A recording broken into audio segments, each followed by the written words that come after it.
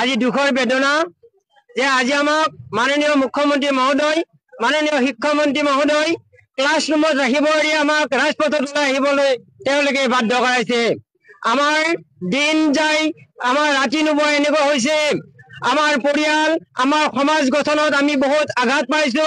আমাক সমাজে বিভিন্ন ক্ষেত্ৰত আমাক টিউটৰ বুলি প্ৰশ্ন সোধে। আমি সেই প্ৰশ্নৰ উত্তৰ দিওঁতে আজি ভাগৰ লাগি যায়। আজি 5 বছৰ হৈ গ'ল যে শ্ৰদ্ধাৰ মুখ্যমন্ত্ৰী মহোদয়, শ্ৰদ্ধাৰ আমাৰ শিক্ষামন্ত্ৰী মহোদয়, আপোনালোকে আমাৰ জীৱনৰ কাৰণে, আমাৰ সমাজৰ জীৱনৰ কাৰণে আমি এখন সমাজ গঢ়ি আছো। আমি পঢ়োৱা ল'ৰা ছোৱালী, মই পঢ়োৱা ল'ৰা ছোৱালী এতিয়ালৈকে 7জন টেটৰ টিচাৰ হৈছে, বহুত আৰ্মি পুলিচ হৈছে আৰু বিভিন্ন চাকৰিত পাইছে। সেয়েলৈ আপোনালোকে আমাৰ কাৰণে চিন্তা কৰক। আমাৰ জীৱন বুলি নহয়, আমাৰ পৰিয়ালৰ জীৱন, আমাৰ ৰাইজৰ জীৱন, আমাৰ সংগ্ৰাম জীৱন হৈছে। আপোনালোকে আমাক সংগ্ৰামত ৰাখিব নালাগিছিল। আমি এজন শিক্ষক হয়, আমাক টিউটৰ সজালে, কিন্তু সজালে বাৰু সজালে, এতিয়া আমাক দিব লাগে। আমাক দিয়াৰ কাৰণে আপোনালোকৰ মহান উদ্দেশ্য সফল কৰক। আমাক দিব পাৰে আপোনালোকে বহু কাম কৰিব পাৰে। আপোনালোকে অসম তথা ভাৰতৰ বহুত কাম কৰি আছে, কিন্তু আমাৰ কামখিনি কিয় নকৰে? শ্ৰদ্ধাৰ মুখ্যমন্ত্ৰী মহোদয়, মাননীয় শিক্ষামন্ত্ৰী মহোদয়, আমি ক্লাছ 5লৈকে পঢ়ো, ক্লাছ 5ৰ পৰা আমি 10লৈকে পঢ়ো। আমি বিভিন্ন কলেজৰ দেওনা পাৰ কৰি দিওঁ, কলেজত পঢ়ো। আমাৰ বিভিন্ন আমাৰ কলেজৰ ছাৰ আছে, বাইদেউ আছে। আমাৰ তেখেতসকলে ইমান শিক্ষা লৈ আজি তেখেতসকলে ইমান শিক্ষা লৈ আজি কি কৰিছে? তেখেতসকলে টিউটৰ নাম পাইছে।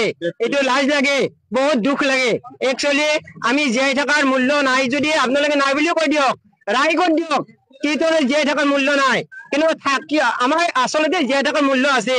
আমি মানুহ গঢ়িছো, সেইকাৰণে জীয়াই থকাৰ মূল্য আছে বুলি আমি নিজে ক'ব পাৰো। কৃষ্ণ।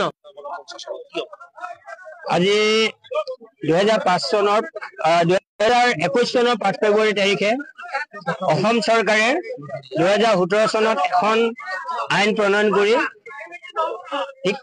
আগৰ পৰা শিক্ষক হিচাপে শিক্ষকতা কৰি থকা ভেঞ্চাৰ বিদ্যালয়বিলাক পাৰিশীকৰণ কৰাৰ নামত তেওঁলোকক টিউটৰ সজালে আৰু তাৰ পৰিপ্ৰেক্ষিতত তেওঁলোকক শিক্ষকলৈ উন্নীত কৰিবৰ কাৰণে বাৰম্বাৰ চৰকাৰৰ ওচৰত আবেদন নিবেদন দাবী দাবাজ কৰি অহা হৈছে যদিও তথাচ আজি পৰ্যন্ত তেওঁলোকে এই কোনো ধৰণৰ কাণসাৰ দিয়া নাই।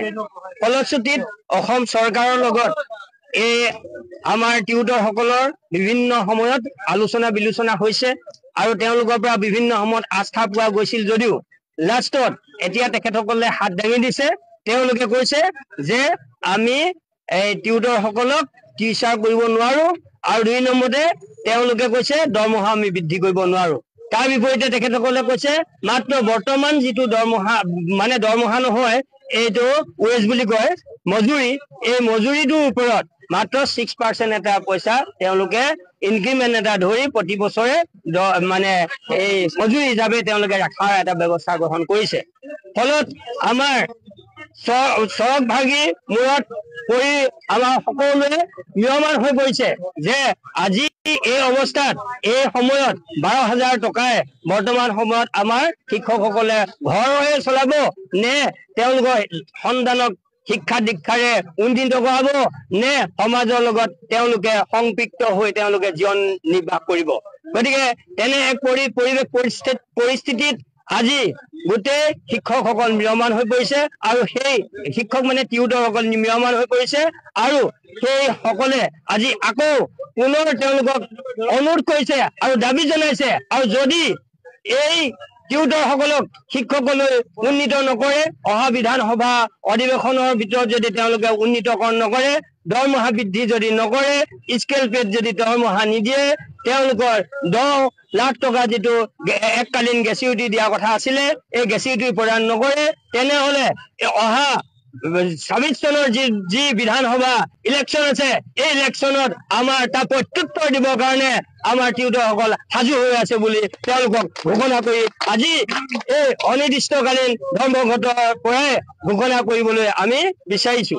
দ্বিতীয়তে আমি অসম চৰকাৰক ক'ব বিচাৰিছো যে আমাৰ লগতে যিসকলে বিভিন্ন সময়ত আমাৰ বিশেষকৈ বৰ্তমান সময়ৰ আমাৰ যিসকল টিউটৰ আছে, এই টিউটৰসকলৰ LPME ক্ষেত্ৰত টেটৰ বাহানা দি তেওঁলোকে কিন্তু আমাৰ টিউটৰসকল বৰ্তমান DLED প্ৰাপ্ত প্ৰশিক্ষণ প্ৰাপ্ত কিন্তু তেওঁলোকে মাত্ৰ টেটৰ দোহাই দি মাত্ৰ তেওঁলোকক বঞ্চিত কৰিছে গতিকে সেই বঞ্চনাটোৰ পৰা তেওঁলোকে ৰক্ষা কৰি বিভিন্ন সময়ত আমাৰ যিবিলাক কম্পাছনেট গ্ৰাউণ্ডত নিযুক্তি প্ৰদান কৰিছে নিযুক্তি প্ৰদান কৰা সকলক কিন্তু কোনো DLED টেট ইত্যাদিৰ কোনো প্ৰয়োজন নোহোৱাকৈ